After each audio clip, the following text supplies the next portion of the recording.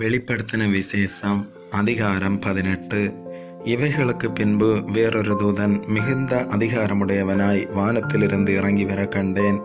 அவனுடைய மகிமையினால் பூமி பிரகாசமாயிற்று. அவன் பலத்த சத்தமிட்டு, மகா பாபிலோன் விழுந்தது, அது பேய்களுடைய குடியிருப்பும் சகலவித அசுத்த ஆவிகளுடைய காவல் வீடும் அசுத்தமும் அருவருப்புமுள்ள சகலவித பறவைகளுடைய கூடுமாயிற்று.